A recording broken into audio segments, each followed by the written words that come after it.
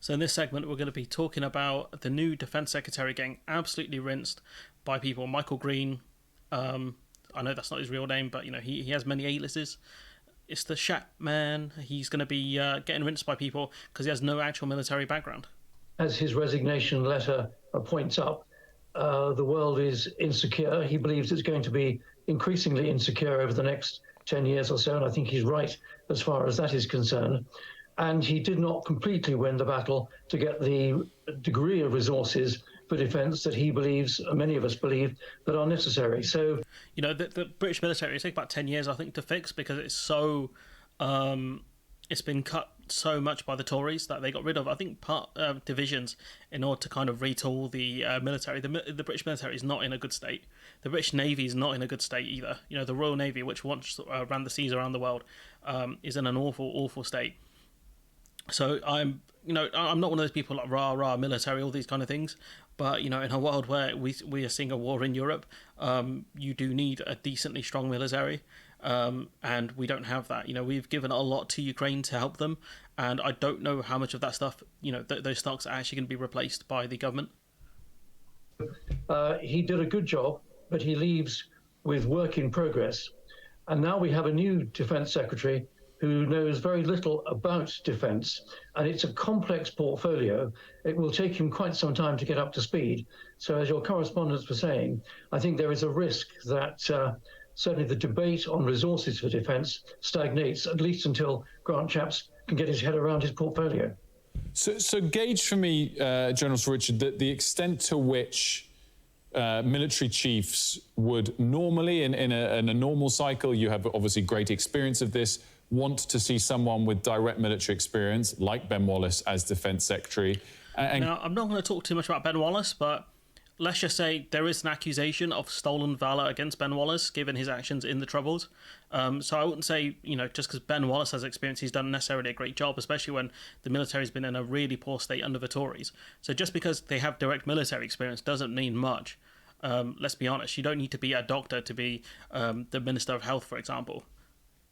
Gauge for us how today might be particularly relevant in that debate, given that we're, I guess, not at war, but we're supporting a war that's going on. And as you said, there's a lot of work in progress going on.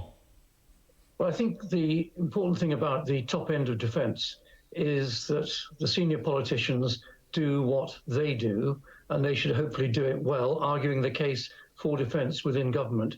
And the admirals, generals and air marshals should do what they do best by giving professional advice to the Secretary of State about what the forces need, all within the context of our wider defence and security and foreign policy. When all that works in the way that I've just described, then defence goes well.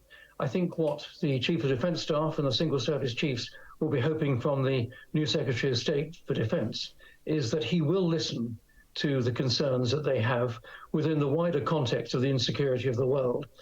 Now, I don't know too much about Shapps' record, but it's not great, so I wouldn't hold my breath. I do get confused between him and George Eustace a lot, so it's a bit annoying for me to try to remember all of the stupid stuff he's done, but this guy, he's not very bright.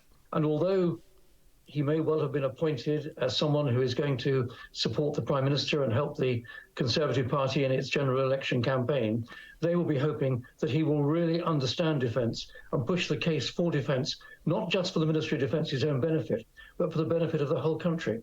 Because there is a very strong case that we should be investing more in defence than we currently are. Ben Wallace knew that.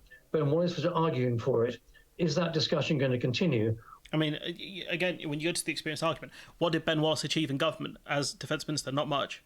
So, the argument of we need someone experienced there is not really true, but if you have someone who's going to be put there just to hollow out the military, then that's another massive problem. But, clearly people are not happy with Grant Shapps' appointment.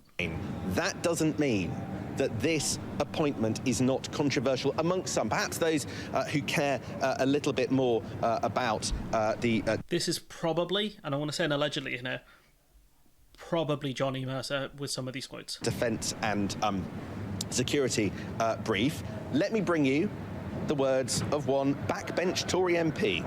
Unsurprisingly, they don't want to be named, and so they can be a little bit bolder, so you have to remember they're not choosing to put their name against this quote, but nevertheless, let me read it to you. Grant What a coward, not putting their name to the quote, just coward's behaviour. Shapps is such an uninspired choice as Defence Secretary. This man doesn't get across detail and only cares about photos and gimmicky press releases.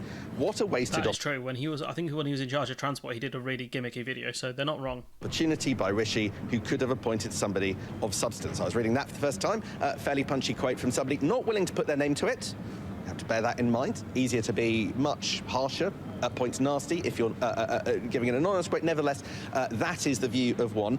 Let me give you the view of just one more, because there is some disquiet about the fact that they've put somebody with no obvious experience or really even interest in this brief. Here we go. Another Conservative MP was not willing to put their name to it. Just went, he sold encyclopedias. It's a joke, given that we're at war. Ukraine's at war and we're assisting them. And then you put somebody like that 12 months before. He sold encyclopedias. A joke where I was. We're not at war, though. I don't know how British ministers keep confusing that. It's very strange. An election into that job. You could have had. There were lots of options. You could have had Anne-Marie Trevelyan, who.